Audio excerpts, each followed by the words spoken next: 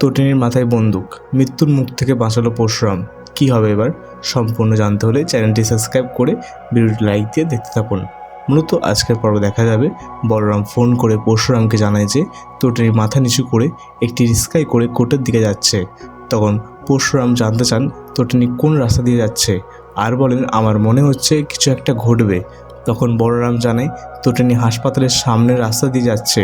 ঠিক সেই সময় হাসপাতাল থেকে বেরিয়ে আসেন সীতা ও রাজজিৎ। হঠাৎ কয়েকজন গুন্ডা এসে সীতার উপর হামলা চালায়। মারামারি দৃশ্য দেখে তটিনী রিক্সা থেকে নেমে সীতার পাশে দাঁড়ায়।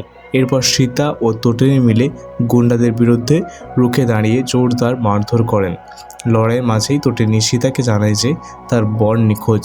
কিন্তু পরিস্থিতি আরও ভয়ঙ্কর হয়ে ওঠে যখন এক গুন্ডা তটিনীর মাথায় বন্দুক ঠেকিয়ে ধরে।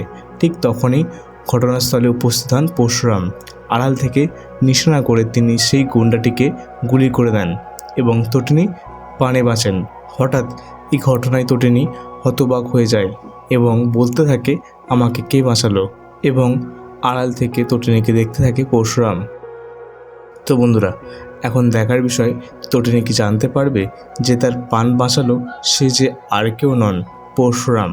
তাহলে এরপর কি হতে চলেছে আপনাদের কি মনে হয় তা কমেন্টের মাধ্যমে জানাবেন। ভিডিওটি ভালো লেগে থাকলে লাইক ও সাবস্ক্রাইব করে আমাদের চ্যানেলের পাশে থাকবেন। দেখা হচ্ছে পরবর্তী একটি এপিসোডে।